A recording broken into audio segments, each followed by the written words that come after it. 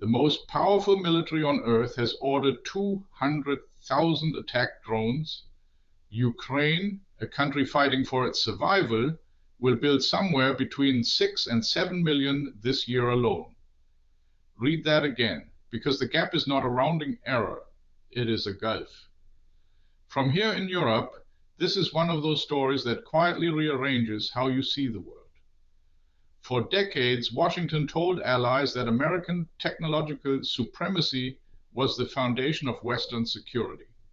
Now, a Pentagon official stands up and admits in plain language that his country is in the difficult early phase of learning to do what a war-torn neighbor of ours has already mastered under fire.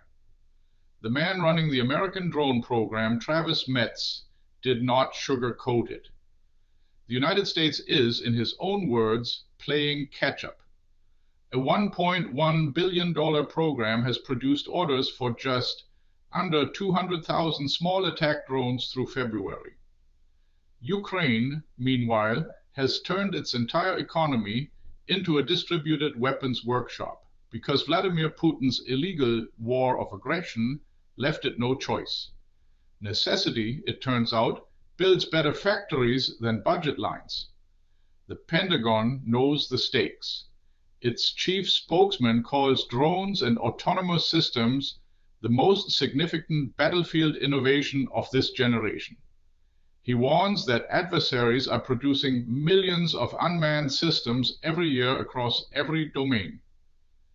That word, adversaries, is doing a lot of work. It means China.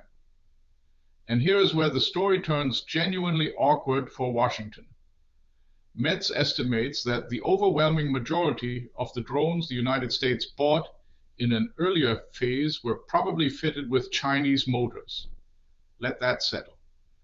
The American military arming itself against China was quietly buying Chinese engines to do it. Now, new Pentagon rules demand that military drones be built entirely from American parts. At an upcoming trial in Fort Carson, Colorado, this August, Chinese motors and batteries are strictly forbidden.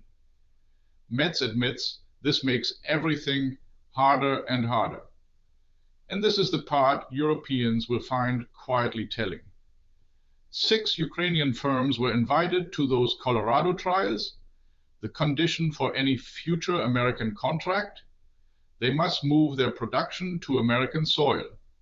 The country that perfected the technology is now being asked to relocate its factories and form joint ventures with American manufacturers so that Washington can stamp the finished product made at home. It is a very American solution, not simply buy the best from an ally who earned the expertise the hard way, but import the ally, absorb the know-how, and call it domestic. Metz is confident it will work. I see no reason, he said, why we shouldn't be world champions here too. Perhaps. American industrial muscle is real, and going from 0 to 200,000 is genuinely harder than scaling up afterward. But there is a lesson here that reaches beyond drones. Supremacy is not inherited, it is built, usually by whoever has the most to lose. Right now, that is Kyiv, not Washington. And the superpower is taking notes. That's the view from here. What does it look like where you are? Drop it in the comments and subscribe for the perspective American media won't give you.